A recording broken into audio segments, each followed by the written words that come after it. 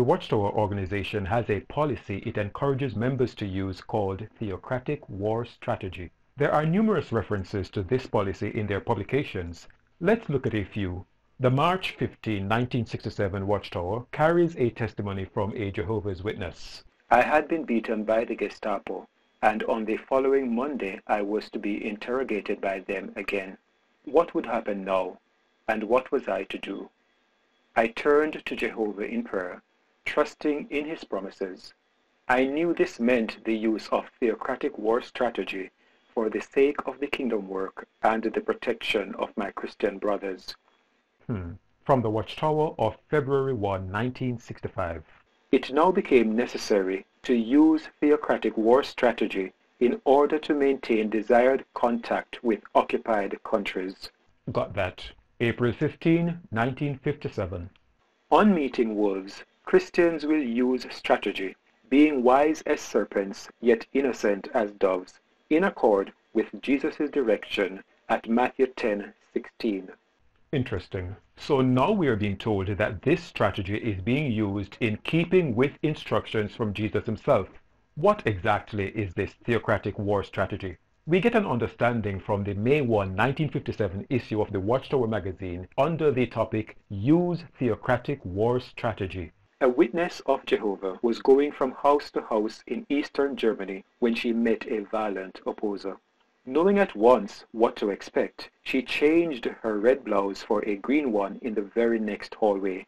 No sooner had she appeared on the street than a communist officer asked her if she had seen a woman with a red blouse. No, she replied, and went on her way. Did she tell a lie? No, she did not. She was not a liar. Rather, she was using theocratic war strategy, hiding the truth by action and word for the sake of the ministry. Okay, so they believe in, endorse, and obviously practice hiding the truth. But why? We are told in their book, Insights into the Scriptures, Volume 2, discussing the subject lie. While malicious lying is definitely condemned in the Bible, this does not mean that a person is under obligation to divulge truthful information to people who are not entitled to it. People who are not entitled to it? Who are people not entitled to truthful information? And who decides which people are so entitled? Are you entitled to it?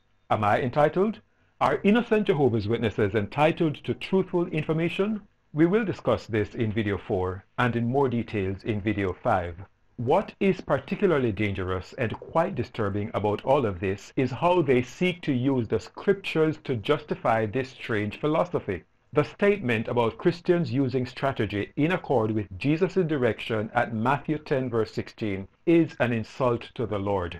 Jesus meant that in the matter of evangelism we should be crafty as snakes, but innocent or blameless as doves. In seeking to win souls, we are to be smart in not doing something that will chase the candidate away, but in so doing we must not be guilty of anything that God finds abominable. We must not sin in our attempt to be crafty. That is Jesus' message.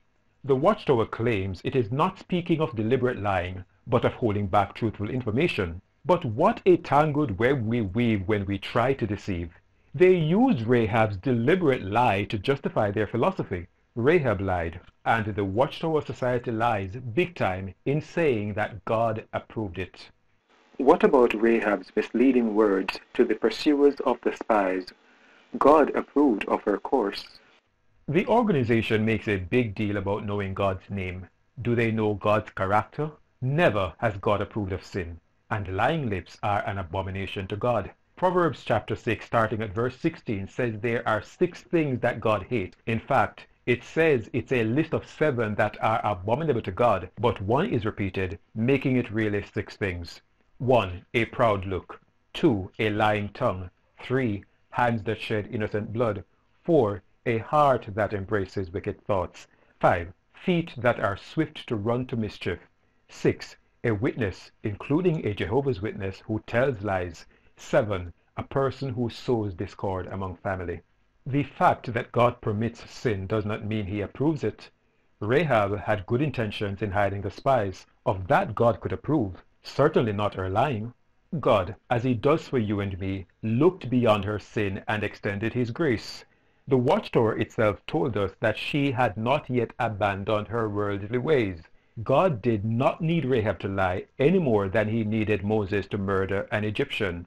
Would the watchtower argue that God approved Jacob's course of stealing his brother's birthright because God blessed him immensely? The unholy interpretation of scriptures continues. They claimed that the lady who lied to the Gestapo had, get this, good scriptural precedent, citing Abraham and other patriarchs.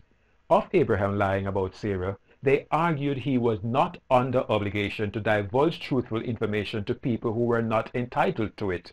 God himself intervened and warned the king if he dared sleep with Sarah. The king was not amused when he confronted Abraham about the lie. He was entitled to the truth, unlike the watchtower claims.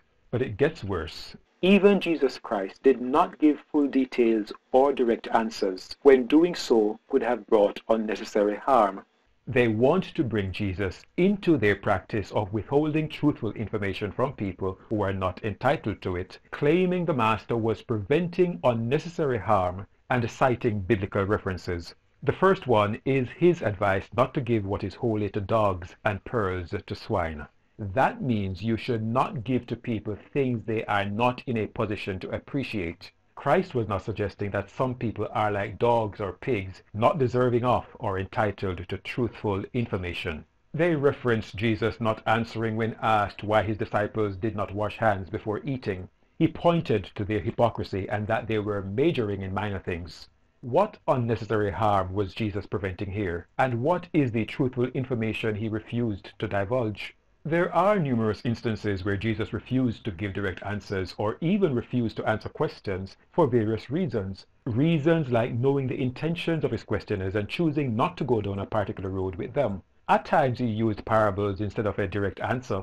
Can they point to one instance where Jesus lied like the lady did to the Gestapo or Rahab did to the soldiers? Unbelievable. Why on earth would a Christian organization openly subscribe to such a shameful policy of hiding truthful information? Do they use theocratic war strategy on their own?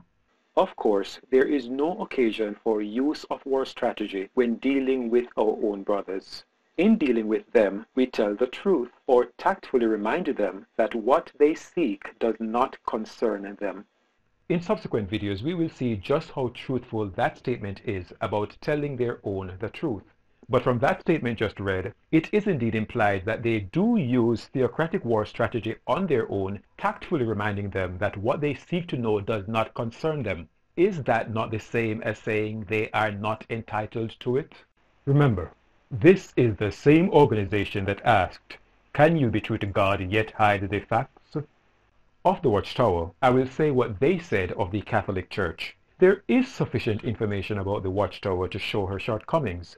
The Bible is filled with inspired texts that expose as false her doctrines and practices, and I will use such truths to fight falsehood, not becoming a falsifier myself.